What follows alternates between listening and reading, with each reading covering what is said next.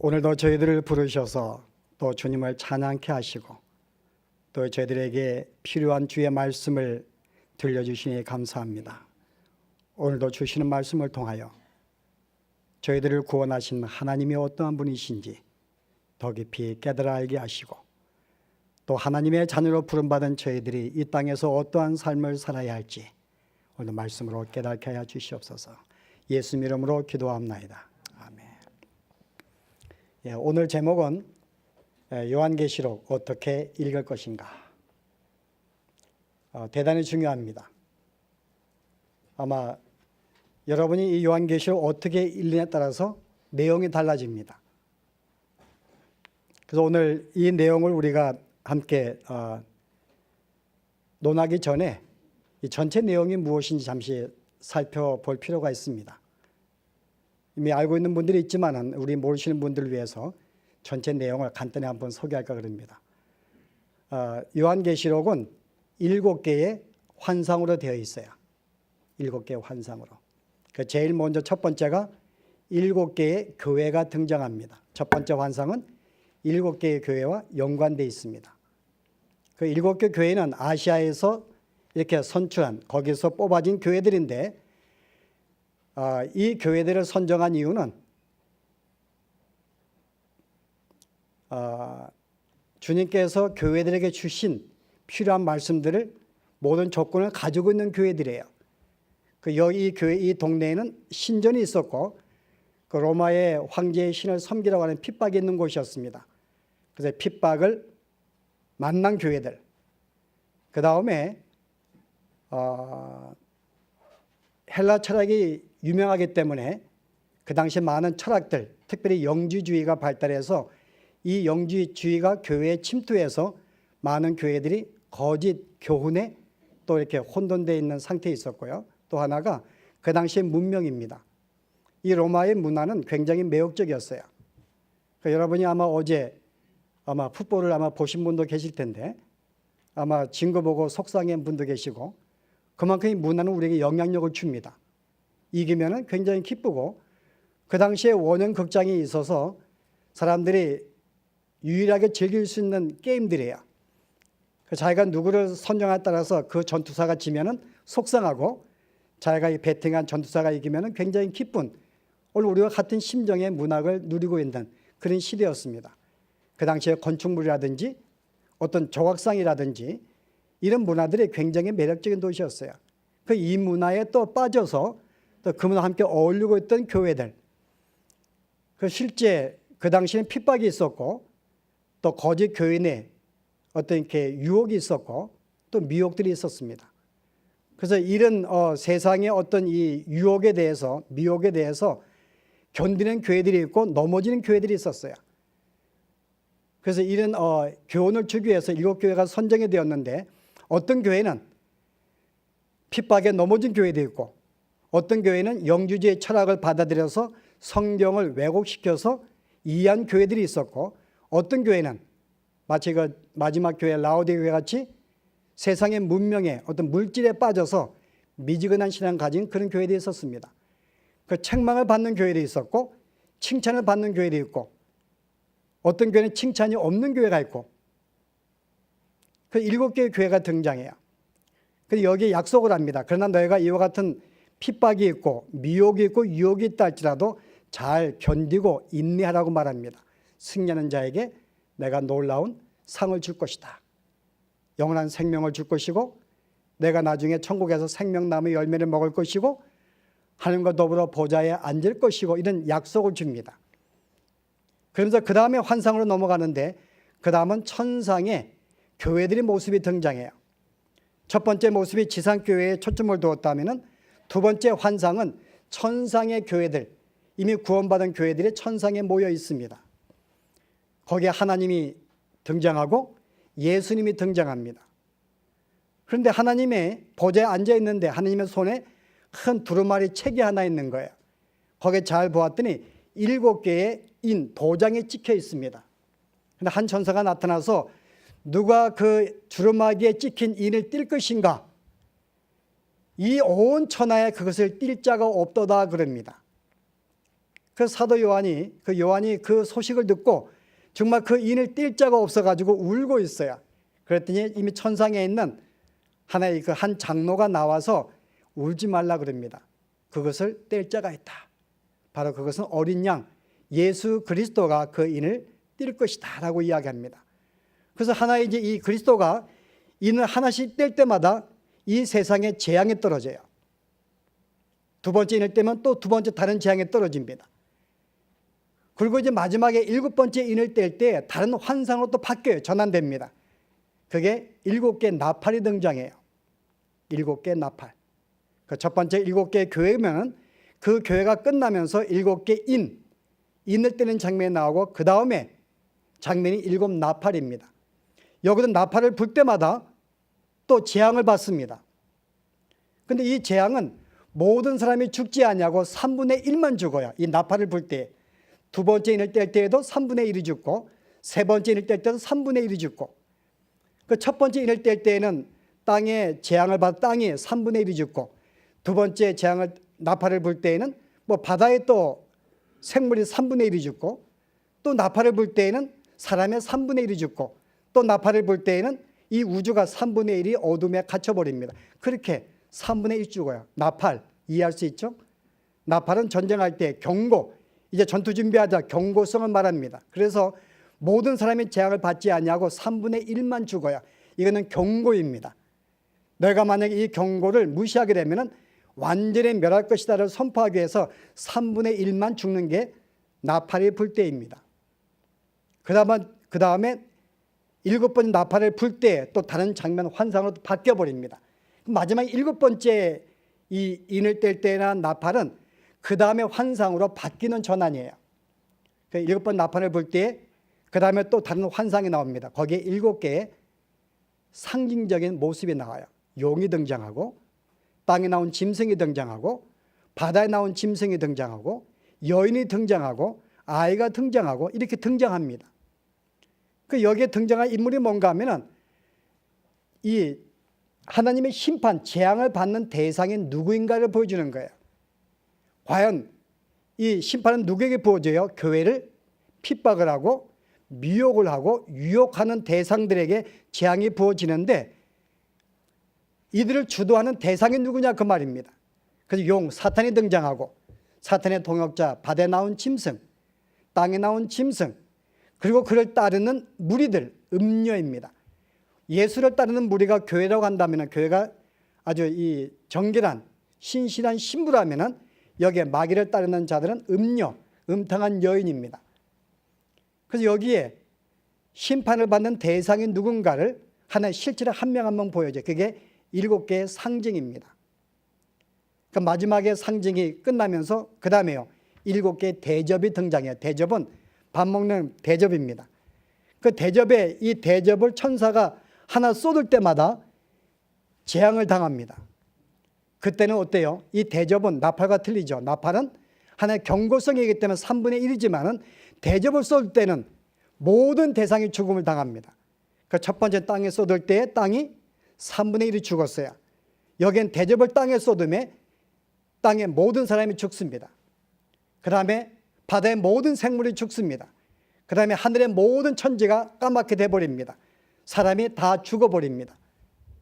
그 마지막 대접이 또 쏟아질 때 다른 장면이 등장해요. 그게 7개의 심판입니다. 여기에는 누가 심판을 받는가? 특별히 이 음녀, 그를 따랐던 음녀들의 먼저 심판을 받고 그 다음에는 그를 주동했던 땅에 나온 짐승이 심판을 받고 그 다음에 그를 주동했던 바다에 나온 짐승이 심판을 받고 그 다음에 가장 우두머리 용이 지옥에 들어가는 장면이 나와요. 그게 7개 심판입니다. 그 다음에 마지막은요 천국이 등장하는 거예요. 여기는 심판을 받지 않는 하나님을 믿는 구원받은 백성이 천국에 들어가서 그들이 어떻게 살고 있는지 천국에 대한 묘사입니다. 이게 전체 요한계시록의 내용이에요. 자, 이 내용을 우리가 어떻게 읽을 것인가 그 말입니다. 그래서 우리가 이 내용을 이해하기 위해서 어떻게 읽을 것인가 지혜를 받기 위해서 오늘 요한계시록의 특성, 요한계시록은 묵시록이에요. 계시록입니다. 다른 말로 묵시입니다. 묵시 문학의 특성은 크게 세 가지가 있어요. 여러분이 다음에 또 언급할 것이지만 간단하게 들으십시오. 처음에는 상징성이에요. 묵시는 상징으로 되어 있습니다. 상징되어 있다는 말은 용이 등장하는데 용 자체가 등장하는 게 아니고 상징, 어떤 것을 상징하는 거예요. 이것을 문자로 보면 안 된다 그 말입니다. 거기에 나온 그림을 그대로 보게 되면 용이 등장해서 활동하는데 문자로 보면 안 된다 그 말입니다. 그 이유가 뭔가 하면은 제가 1장에 18절에 보시면 그리스도가 환상 가운데 등장하는데 예수님의 모습을 하나 이렇게 묘사합니다. 그 오른손에 7 별이 있고 그 입에서 좌우에 날성검이 나오고, 자, 그리스도의 환상을 보는데 그 중에 한 모습이 그 입에서 날성검이 나오는 거야. 만약에 문자로 해석하면 어떤 모습일까요? 입에 칼을 문 귀신의 모양이 됩니다. 문자로 보면 상징이에요. 입에서 날성검이 나온다는 건, 날성검은 에베소의 검, 말씀의 검을 들라, 말씀을 상징합니다. 그는 말씀 자체이시고 그의 말씀의 선포됨을 의미하기 위해서 좌우에 날성검이 나오는, 검을 물고 있는 금으로 묘사하고 있는 것입니다. 다시 말해서 여기 나온 내용을 문자로 보면 안 된다 그 말이에요. 상징적으로. 그게 뭘 의미하는지, 용이 뭘 의미하는지, 용은 곧 사탄이라 사탄을 상징하는 거예요. 그 여기 나와 있는 모든 것이 상징이기 때문에 상징이 뭘 의미하는지 그 내용을 차지한다는 것입니다. 그 상징성이 있어요. 묵시의 특징은. 숫자도 마찬가지입니다. 여기에 나와 있는 숫자가 몇 개 안 돼요. 7이라는 숫자가 나오고 3의 2분의 1이 나오고 12가 나옵니다. 그 다음에 12가 합친 24가 나오고 12 곱하기 12가 나오면 144. 이 숫자 외에는 여기 거의 등장하지 않아요. 거의 7 중심입니다. 7을 반 나누면 3과 2분의 1이에요. 그 다음에 우리가 완전수 12라는 숫자, 12사도와 구약의 12지파.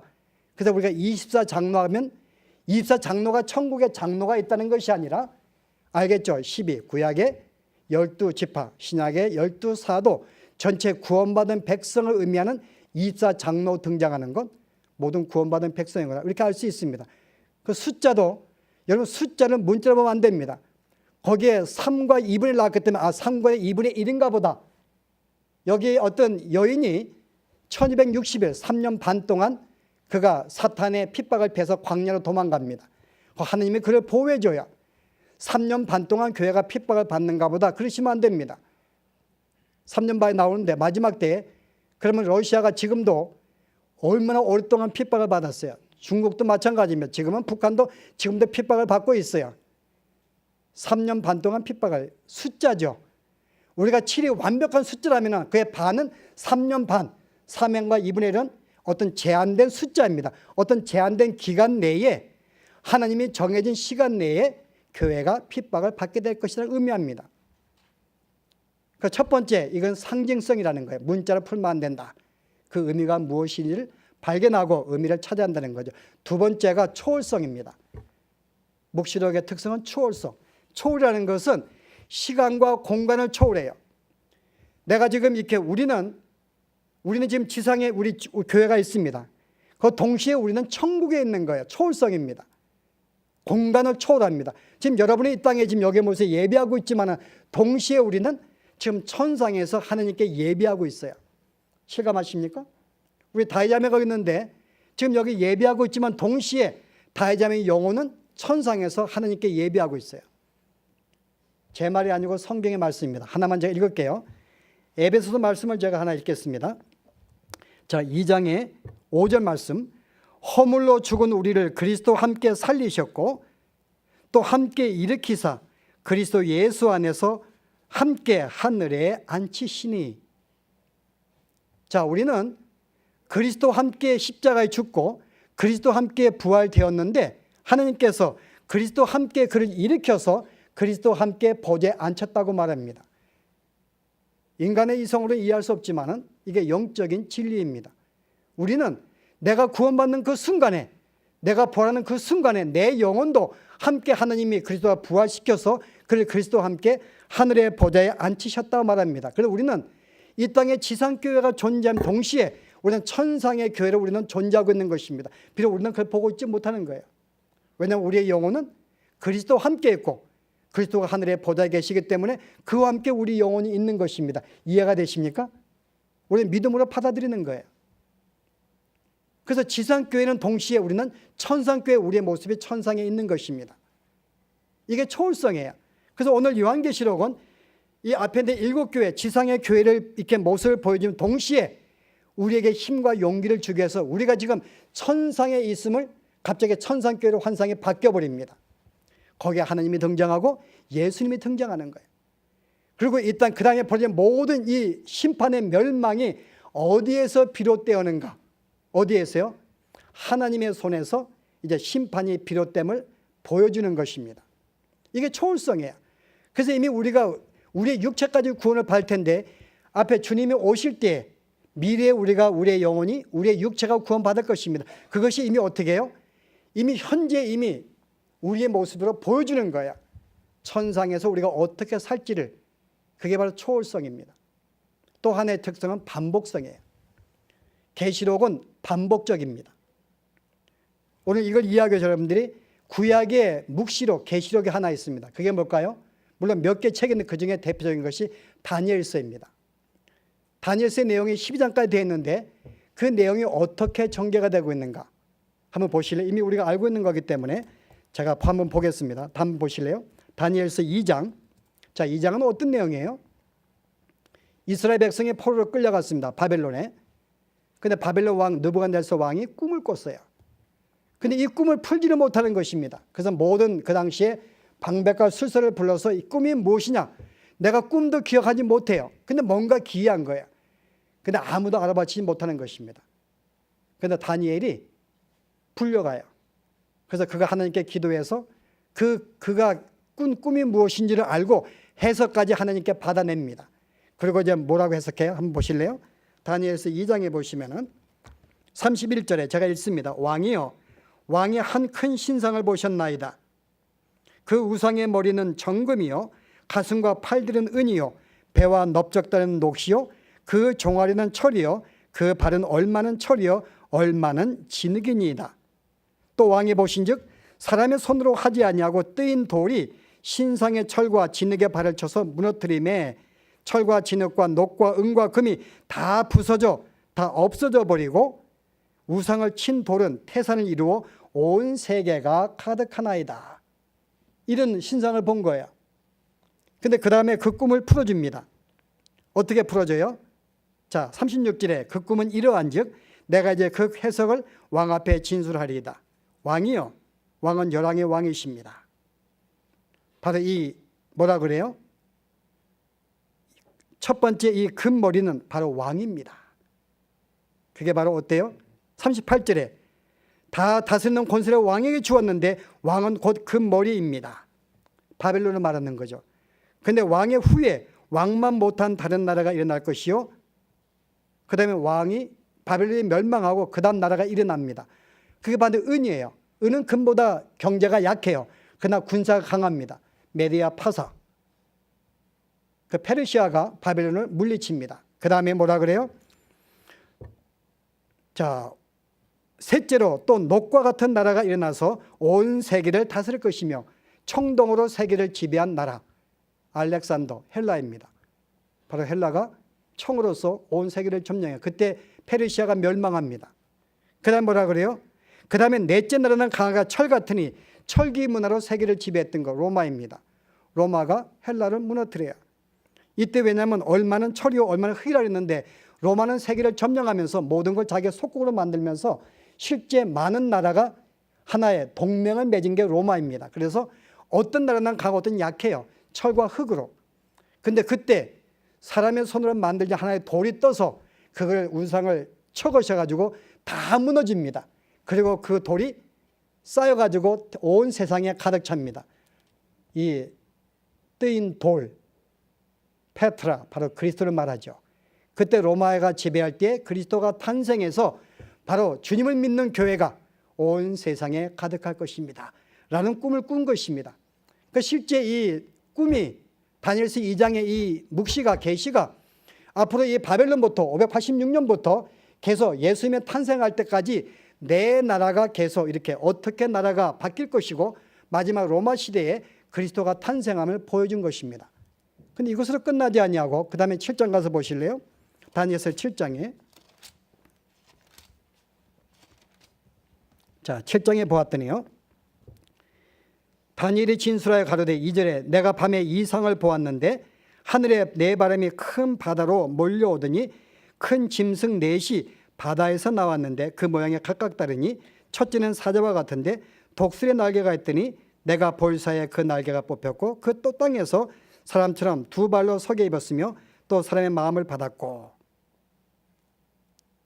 다른 짐승 곧 둘째는 곰과 같은데 저번에 한번 제가 해석했죠? 예, 첫 번째 나라는 사자 같은데 독수리 날개 달린 사자 바로 바벨론을 상징했습니다. 근데 다른 짐승 둘째는 곰과 같은데 몸 한쪽이 들었고 메디아 파서 두 나라가 동맹을 했는데 페르시아 강해가지고 한 나라를 흡수합니다. 근데 바로 이 나라가 첫째 바벨론 물리치고요. 그 다음에 6절에 그 후에 내가 또 본즉 다른 짐승 곧 표범과 같은 것이 있는데 새 날개 넷이 있고 그 짐승에게 머리 넷이 있음에 또 권세를 받았고 자 짐승 표범 얼마나 빠릅니까? 알렉산더가 순식간에 세계를 점령했어요. 그런데 그가 4명의 장군을 데리고 세계를 점령합니다. 그런데 알렉산더가 죽은 다음에 4명의 딸을 분배하잖아요. 그 여기에 보았더니 표범이 새 날개 넷을 달고 우리가 알렉산더인 거 우리가 헬라인 거 증명할 수 있습니다. 그 다음 보았더니 그 후에 내가 본즉 넷째 짐승은 무섭고 놀라우며 또 극히 강하며 또 큰 철이가 있어서 부서뜨리며 이 철의 이를 가진 것 누구죠? 바로 로마를 말하고 있죠. 그 여기 7장에 보았더니 앞에 2장에 나왔던 신상을 또 한 번 환상을 보면서 다른 환상을 가지고 다른 관점에서 이 환상을 또 보여줍니다. 그 다음 8장 보실래요? 8장에 3절에 보았더니 다니엘서 내가 눈을 들어본 적 강가에 두 뿔 가진 수양이 섰는데 그 두 뿔이 다 길어도 한 뿔은 다른 뿔보다도 길었고 이미 이제 이거는 페르시아 시대예요. 자 어때요? 이미 두 뿔이 있는데 한 뿔이 길어가지고 다른 뿔을 없애버립니다. 메디아 파사 알겠죠? 페르시아인 거. 그 다음에요. 내가 본즉 내가 생각할 때 한 수염소가 서편에서 와서 온 지면에 두루다니며 땅에 닿지 아니하고 그 염소 두 눈 사이에 현저한 뿔이 있더라. 그 다음에 수염소가 등장했는데 이 발이 땅에 닿지 아니합니다. 그 다음에 나라 엘락산더 헬라 시대를 말하죠.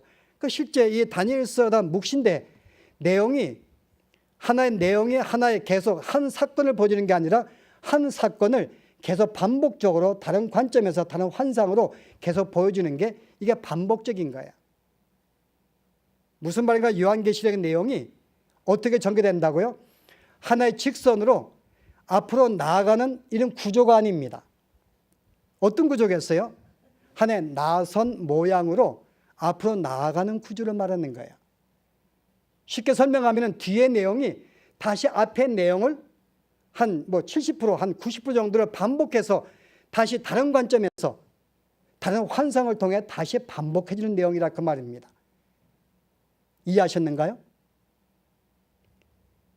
그래서 오늘 이 내용은 실제 우리가 7개 환상이 나온다 그랬어요.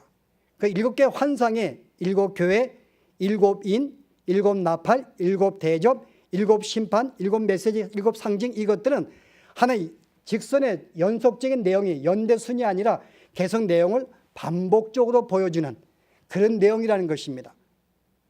그러니까 7교회는 하나의 교훈이에요. 7인도 하나의 완전한 교훈입니다. 7나팔도 완전한 교훈이에요. 차이점 뭐겠어요? 제가 보여드릴 때 보여드렸는데 미리 보여줬네, 그죠? 할 수 없네요. 그 7이라는 숫자는 성경의 이스라엘상 완벽한 숫자입니다.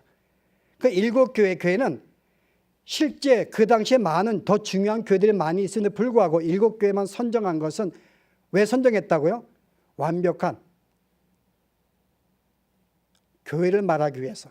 그 당시 교회뿐만 아니라 그 다음 세대 모든 교회들에게 주신 말씀인 것을 이해시키게 만들기 위해서요. 그래서 이 7개의 환상은 서로 관점이 틀려요.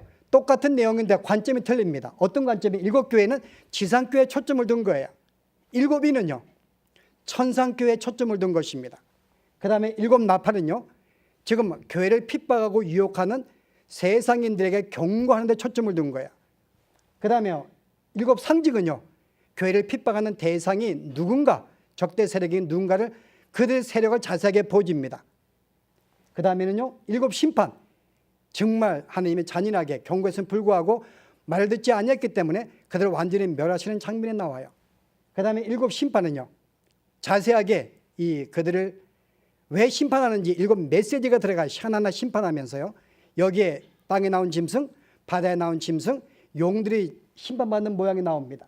천국은 우리가 구원받은 우리가 어떤 상태에 성취하고 있는지를 자세히 보여주는, 서로 다른 강조점이 틀리다 그 말입니다. 어디에는 지상교회 초점을 두었고, 어떤 교회는 천상교회 초점을 두었고, 어떤 교회는 우리를 핍박하는 사탄에게 초점을 두었고, 어떤 데는요 구원받은 우리의 완전된 모습에 초점을 두고 기록했다 그 말이에요. 이 내용들은 서로 반복적인 거예요. 서로 상호 보완적인 것입니다. 그러나 모든 것이 독립적으로 한 내용이 충분하게 예수님의 초림부터 주님이 오셔서 천국에 올 때까지의 모든 내용을 완전히 설명하고 있는 거예요. 자, 근데 여기 제가 ABCD, C-B-A도 적었는데 이게 하나의 정교한 문학 구조로 되어 있어요. 그냥 쓴 게 아닙니다. 여러분, 당시의 로마 시대에는 헬라 철학이 유행해서 헬라 철학의 특징은 논리적이고 또 뭐예요? 굉장히 조직적이에요. 그들은 말을 그냥 하지 않습니다. 여러분이 아리스토텔레스 여러분 책 보세요. 엄청나게 조직적인 논리적입니다. 최소한의 성경도 그 정도는 정교하게 논리가 돼 있어야 돼요. 제가 A, B, C, C-와 C가 나오는데 무슨 말인가 하면은 C는 바로 C-와 같은 내용을 상호 보완적 조금 더 설명한 내용들입니다. 그 다음에 B-는 B와 같은 내용이에요. A-는 A와 같은 내용입니다. 그럼 우리가 일곱 심판과 일곱 심판이에요? 저건 대접인데 제가 잘못 썼네요. 밑에는 일곱 대접. 맞아요. 일곱 대접 심판. 요거 나팔과 대접은 C와 C- 같은 내용을 말하고 있습니다. 그래서 오늘 성경은 과연 그러한가를 살펴보는 것입니다. 이게 과연 일곱 나팔과 일곱 대접이 같은 내용을 말하고 있는가? 우리가 말하는 시간이 계속 이 하나의 이렇게 연대순으로 쭉 앞으로 직선에 나가는 것인가 아니면 반복적인가를 우리가 설명하는 것인데요. 제가 오늘 일곱 교회와 천국하고 저기 나팔하고 대접하고 두 개만 한번 살펴보려고 합니다. 자, 보실래요 한번? 그 다음 보실래요? 자, 보세요. 제가 여러분 시간적으로 보이시는가요? 안 보이면 성경을 보시면 되는데요. 보이죠? 앞에 일곱 나팔이고 대접입니다. 자, 보실래요? 첫 번째 나팔, 천사가 나팔을 불매 어디에 재앙이 쏟아져요? 어디에? 땅에 쏟아짐에 7급 대접 보세요. 첫째가 그 대접을 어디에 쏟아요? 땅에 쏟음에 심판 대상에 갔습니다. 두 번째 보실래요? 둘째 천사가 나팔을 부니 불 붙는 큰 성과 같은 것이 바다에 던지음에 바다의 3분의 1이 피가 되고, 자, 대접 보실래요? 둘째가 그 대접을 바다에 쏟음에 바다가 곧 죽은 자표같이 여기 모든 생물이 죽더라. 차이점이 뭐라고요? 여기는 경고의 나팔은 그 3분의 1만 죽습니다. 저기에는 경고를 무시한 자들이 실제 심판을 완전히 받는 것에서 여기는 모든 대상이 죽는 것입니다. 단지 대상은 동일한 대상이에요. 자, 세 번째 보실래요?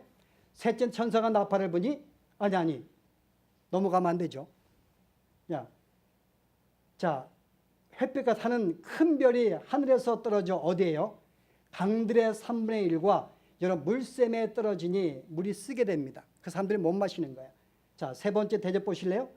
15장에 16장. 그 대접을 강과 물 그 눈에 쏟음에 피가 되더라.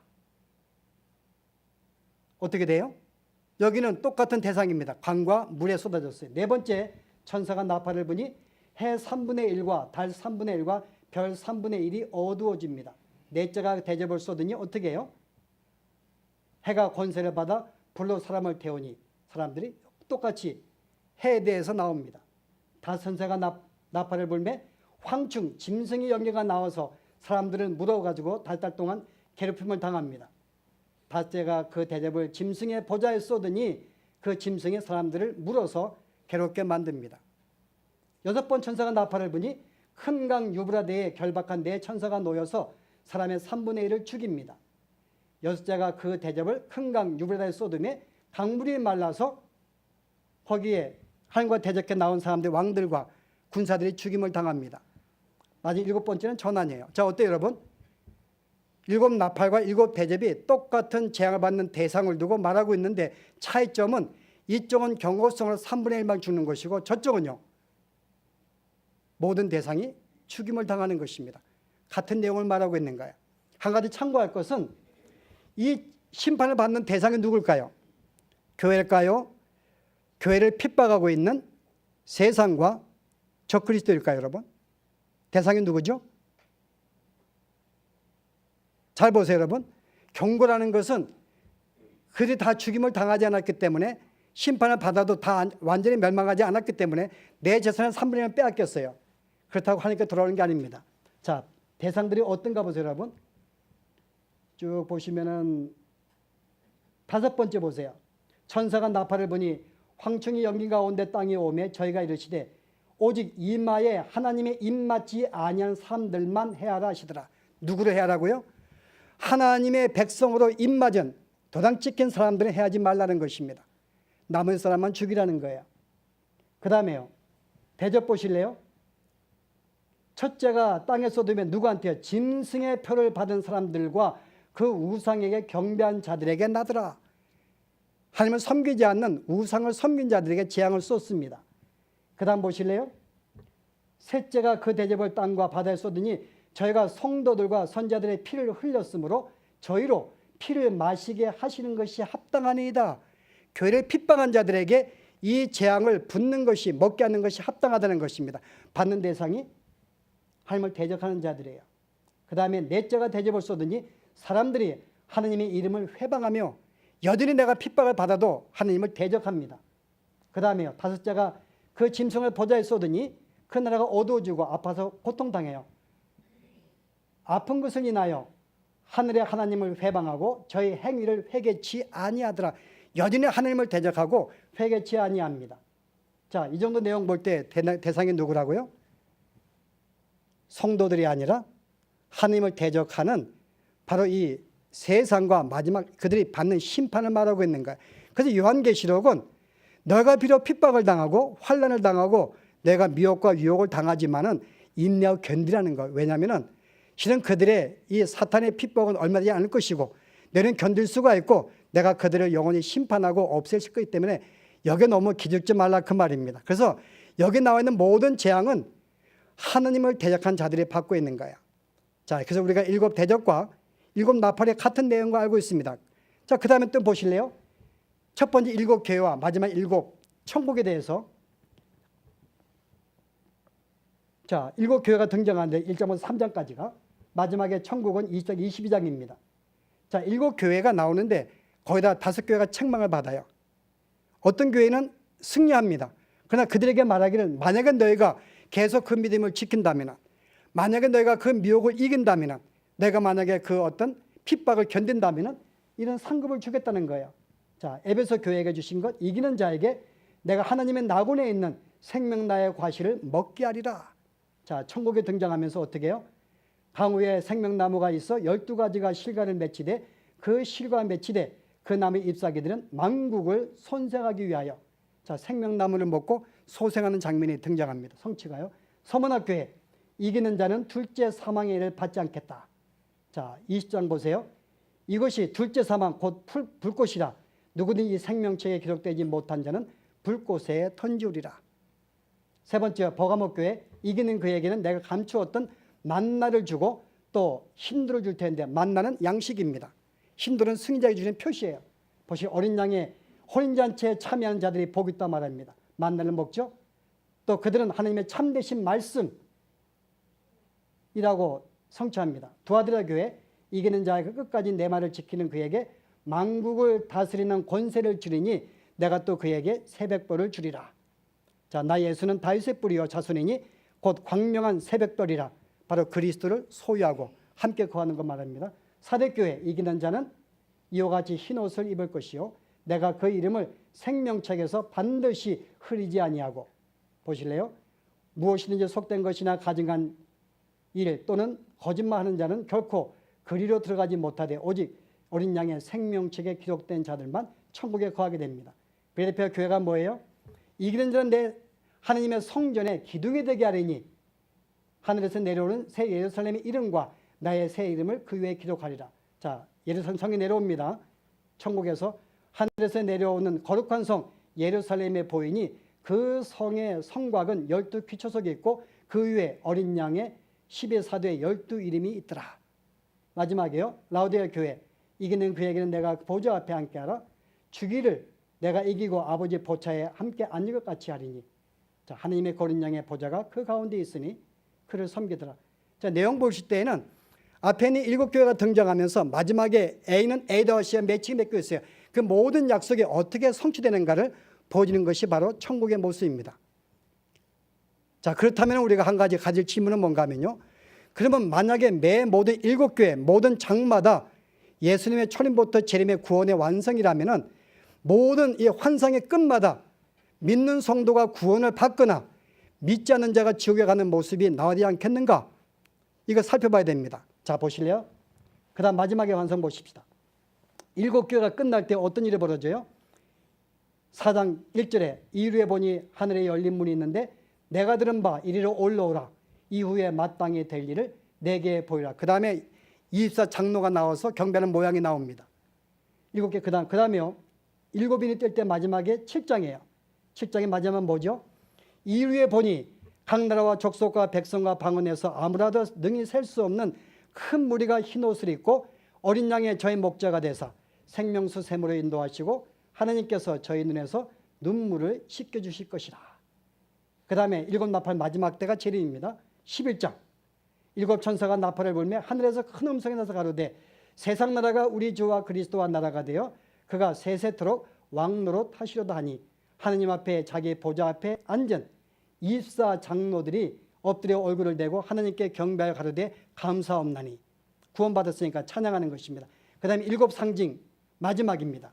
내가 또 들으니 하늘에서 음성나 가로되 기록하라. 지금 이후로 주 안에서 죽는 자들이 복이 있으되 저희 수고를 그치게 하리니. 자, 7대접 마지막이요. 16장 큰 바벨론 성이 하늘 앞에 기억된 바 되어 그의 맹렬한 진노의 포도잔을 받음에 그 재앙이 심히 큽니다. 여기는 이제 반대 심판입니다. 왜냐하면 대적과 심판은 이제 지옥 가는 자에게 멸망하는 거니까요. 자, 심판을 보세요. 짐승이 잡히고 그 앞에서 이적을 행하던 거짓 선지자도 함께 잡혔으니 이는 짐승의 표를 받고 그의 우상에게 경배하던 자들을 이적으로 미혹하던 자들이라. 이들이 산채로 유황 불 붙는 곳에 던지우고. 자, 마지막에 천국은 알죠? 내가 또 새하늘과 새 땅을 보니 하나님이 저희와 함께 거하시리니 저희는 하나님의 백성이 되고 하나님이 친히 저희와 함께 계사 모든 눈물과 그 눈에서 씻기심에 다시 사망이 없고 애통하는 것이나 곡하는 것이나 아픈 것이 있지 아니하고. 자, 7개 환상이 나오는데 각 마지막에 환상 때마다 뭐가 등장한다고요? 세상의 종말, 최후의 종말. 어떤 이는 천국으로 들어가는 모습이 나오고 어떤 이는 지옥으로 가는 모습이 등장한다는 거죠. 이런 점에서 각 환상마다 모든 것이 완벽한 것입니다. 예수님의 초림부터 재림까지 주님의 재림 때 마지막 때까지의 모습이 각 환상마다 끝에 이렇게 마무리하고 있어요. 조금 더 자세하게 제가 보여주겠는데요. 7인과 제가 심판을 천국을 제가 조금 더 자세히 묘사할게요. 그 다음 하나 보실래요? 자, 이게 마지막 우리 벽하는 것입니다. 자, 7인데 마지막에 이제 7장 15절은 천국에 대한 묘사예요. 자, 여기는 천국에 대한 묘사입니다. 22장은. 자, 내용 보시게 되면 매치가 된 가지 보여줬는데요. 그들이 하나님의 보좌 앞에 있고 또 그의 성전에서 밤낮 하나님을 섬기매. 보좌 앞에서요. 20장 보세요. 하나님과 그 어린 양의 보좌와 그 가운데 있으리니 그의 종들이 그를 섬기고. 그 다음 보세요. 7장 15절에 보좌에 앉은 씨가 그들 위에 장막을 치시리니. 자, 21장 보세요. 보라 하나님의 장막에 산들과 함께 있음에 저희와 함께 거하시나니. 자, 16절 보세요. 저희가 다시 주리도 아니하고 목마르지 아니하고 해나 아무 뜨거운 기운이 상하지 아니할지니 저희 눈에서 모든 눈물을 씻겨 주실 것이라. 모든 눈물을 그 눈에 씻기심에 다시 사망이 없고 애통하는 것이나 곡하는 것이 아픈 것이 다시 있지 아니하리니. 자, 마지막입니다. 자, 7장 15절. 이는 보좌 가운데 계신 어린 양이 저희와 목자가 돼서 생명수 샘으로 인도하며. 자, 천국의 21장 보세요. 또 내게 말씀하시되 이루었도다. 내가 알파 오메가요 처음과 나중이다. 내가 생명샘물로 목마른 자에게 값없이 주리라. 특별히 일곱인과 천사, 마지막에 천상의 내용은 거의 같은 내용으로 묘사하고 있습니다. 자, 이제 불교도 괜찮아요. 또 있어요? 없죠. 예, 오늘 제가 이렇게 열변을 토한 것은 이 내용이 1장부터 마지막 장까지 하나의 직선으로 계속 나아가는 내용이 아니라 하나의 나선 모양으로서 앞으로 나아가는 구조, 즉 뒤에 있는 내용이 앞에 있는 내용을 다시 한 8, 90%를 다시 반복하는 거예요. 다른 각도에서, 다른 관점을 가지고, 다른 환상을 가지고. 그래서 우리가 쭉 계속 읽어가게 되면 혼돈됩니다. 아니 금방 그래서 다 또 그들이 천국에 올라갔는데 또 천국에 올라가고 또 천국에, 이게 뭐냐 그 말이에요. 한 가지 여러분이 제가 한 가지 주면은 만약에 쭉 전개가 된다면은 실제 예수님의 탄생이 여러분 언급될 수가 없는데 12장에 보시게 되면 어떤 내용이 나와요? 요한계시록 12장에 제가 그냥 읽습니다. 자, 이제 용이 등장하는데 용이 교회를 핍박해요. 2절에 이 여자가 아기를 베어 해산하게 되며 아파서 애써 부르짖더라. 하늘에 한 용이 있는데 이 아이를 낳는 여자를 죽이려고 합니다. 근데 이 아이를 삼키고자 하더니 여자가 아들을 낳으니 이는 장차 철장으로 만국을 다스릴 자니라. 그 아이를 하느님 앞과 그 보좌 앞에 올라가더라. 자, 만국을 다스릴 자, 그리스도가 탄생하는 거예요.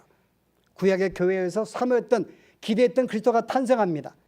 그런데 탄생을 이 그리스도 죽이려고 했는데 그가 승천하고 올라가 버립니다. 다시 예수님의 탄생에 나와요. 우리는 이야기를 풀 수가 없습니다. 만약에 직선 내용의 전기라면 이미 예수님의 탄생은 언급하면 안 되는 거죠. 근데 12장의 내용이 뭐라고요? 다시 새로운 환상이에요. 12장부터 14장까지는. 교회를 핍박하는 실체가 누구인가를 보여주는 용이 나오고 땅에 나온 짐승이 나오고 바다에 나온 짐승이 나옵니다. 그 다시 또 예수님의 탄생이 시작하는 거예요. 그 여러분이 보시게 되면은 각 모든 이 환상이 시작할 때마다 다시 시작입니다. 그리스도의 교회 시작이 항상 시작을 비롯해요. 십자가 죽으심으로 사탄이 완전히 권세 꺾이는 걸 시작합니다. 그 모든 내용이 시작으로 시작해서 마지막 내용은 대심판 아니면 구원으로 끝난 내용입니다. 그 여러분들 오늘 이 내용을 보시면서 이제는 직선으로 쭉 내용이 전개되는 것이 아니었구나. 이 내용이 이렇게 환상마다 끊어서 봐야 되는 것이구나. 어떤 걸 보든 상관없습니다. 상호 보완적이에요. 다 보아야지만이 우리가 하나님에 대해서, 사탄에 대해서, 핍박을 받고 있는 교회에 대해서 우리가 어떻게 그들의 심판을 받고 있는지, 구원받은 우리의 교회는 무엇인지를 알 수 있기 때문에 상호 보완적이기 때문에 모든 내용은 다 읽어야 되지만은 그러나 어떤 하나만 뺀다 할지라도 완전히 교회가 무엇인지, 핍박을 받고 있는 것이 무엇인지를 볼 수 있는 내용이기 때문에요. 이렇게 끊어서 성경을 이해하시라는 것입니다. 이게 어떻게 읽을 것인가요? 직선적으로 읽지 말고 나선 모양으로 반복적인 내용인 줄 알고 여러분이 상호 보완적으로 읽으시면 됩니다. 그래서 오늘은 이제 숙제가 하나 있어요. 자, 7개의 환상. 몇 개라고요? 7개의 환상입니다. 그래서 첫 번째 20장 되어 있는데 앞에는 11장과 뒤에는 11장. 여러분이 구분하세요. 앞에는 11장과 뒤에는 11장. 합치면 22장입니다. 그 전화번호가 앞에는 11장을 344국에 뒤에 있는 11장은 3233. 이게 요한계시록 전화번호예요. 344국에 3233. 344국 뭐 첫 번째 비춰보실래요? 344국. 3인 뭐죠? 303의 첫 번째. 졸고 있는 거 아니죠? 첫 번째 요한계시록의 구조. 첫 번째 341장부터 3장까지입니다. 그 다음에 4는요. 4장부터 7장. 그 다음에 4는 8장부터 11장. 그 다음에 3233. 그 다음에요. 12장부터 14장. 2니까는 15장, 16장. 그 다음에 3장, 3장. 그래서 이 번호가 344국의 3233은 각 환상에 대한 3장씩, 4장씩, 4장. 3장, 2장, 3장, 3장. 여러분 이렇게 여러분이 기억하셔서 성경을 여러분이 읽으시라고 제가 전화번호 만들어 보았습니다. 예, 이제 오늘까지는 이제 강의를 위한 이제 서론 공부를 했어요. 여러분 다시 한번 정말 그러한가 여러분 스스로 연구해 보시고 여러분이 증명하시기 바랍니다. 이제 다음 시간부터는 이 말씀을 근거해서 이제 한 절 한 절 우리가 강의 말씀으로 우리가 이제 은혜 시간으로 우리 갖도록 하십시다. 예, 우리 기도하십시다. 하나님, 우리에게 이 땅을 살면서 사탄은 여러 가지 모양으로 교회를 핍박하며 때로는 미혹하며 유혹함으로 더 이상 하나님을 섬기지 못하도록 우리에게 참으로 대적을 하고 있지만은 그러나 이 모든 것을 아시는 하나님, 우리에게 찾아오셔서 핍박에 인내하며 거짓 교리에 믿음을 지키며 세상의 모든 유혹에 분리하라고 말씀하신 이 말씀을 붙잡기를 원합니다. 오늘 이 모든 말씀은 이 시대를 살아가는 저희들에게 필요한 말씀인 줄 알고 이제 이 말씀을 저희들이 듣기 원하며 말씀을 통하여 주의 뜻을 분별하며 은혜 받기를 주여 원합니다. 우리가 이 말씀을 우리가 이해하기 위해서 우리가 전체 내용을 살폈는데 오늘 우리가 살핀 내용들이 보다 우리가 주의 말씀을 바르게 읽으며 바르게 이해할 수 있는 지혜로 역사하여 주시옵소서. 예수 이름으로 기도합나이다. 아멘. 예, 우리